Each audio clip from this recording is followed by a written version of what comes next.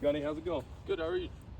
Good to see you out here today. We're going to be doing our on-course lesson. Okay. So here we are at hole 10 at the Hackler, and we're going to be going over some course management things today. We worked on your short game, your putting. We worked on your full swing, and those are great things. It can affect how you practice. It can really help you get better at contact and scoring the ball necessarily.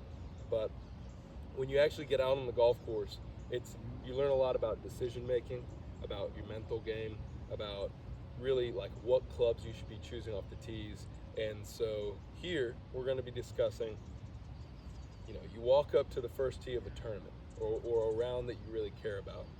What are some things that go into the decisions that start your round, that set the tone for your round? The anxiety that might build up, and then how we can alleviate that with club choice, aiming point, and stuff like that. So I want you to walk me through what are some things that come into your mind when you're stepping on the first hole of a tournament. So I would definitely say when I'm stepping on the first hole of a tournament, I definitely can feel the pressure start to build up as I get to the first tee.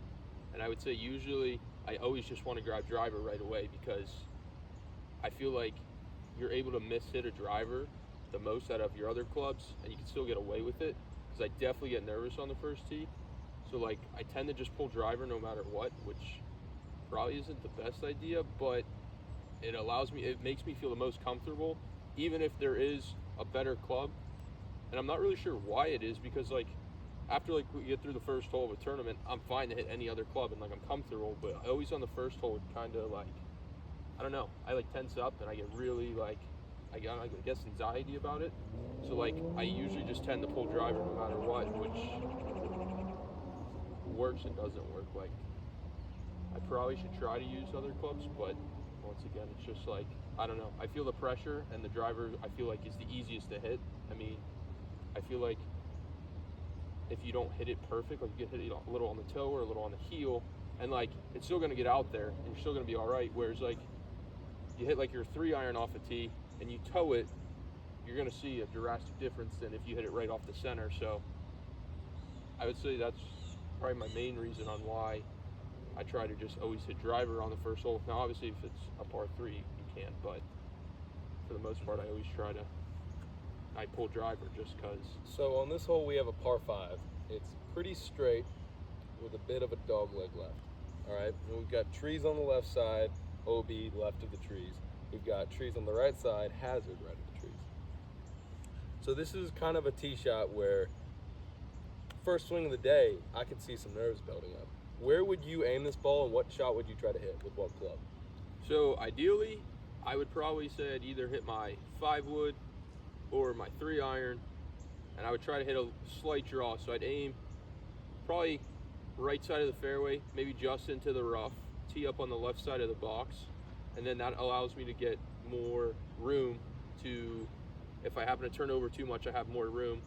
But if I still miss hit it a hair right, I still have room to work with before it reaches the hazard, right? So I like that. So you're fully going for the layup. You're making that decision. You're not hitting driver.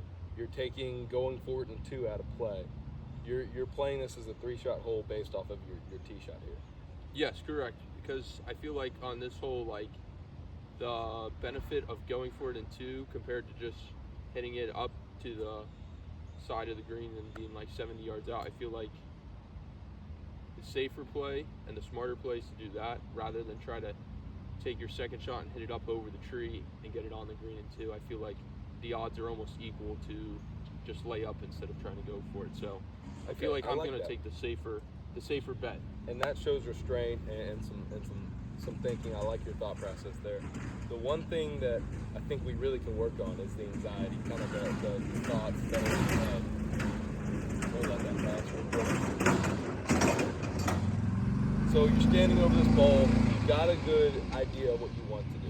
You're reaching it in 2 out of play. You're laying back with your 3-iron. What I want you to think of is, which way do you like to see your 3-iron turn over? I like to kind of see it more as a straight ball, but I don't mind if it falls a hair to the left. Okay. And since you're laying back, it's very easy to get too conservative.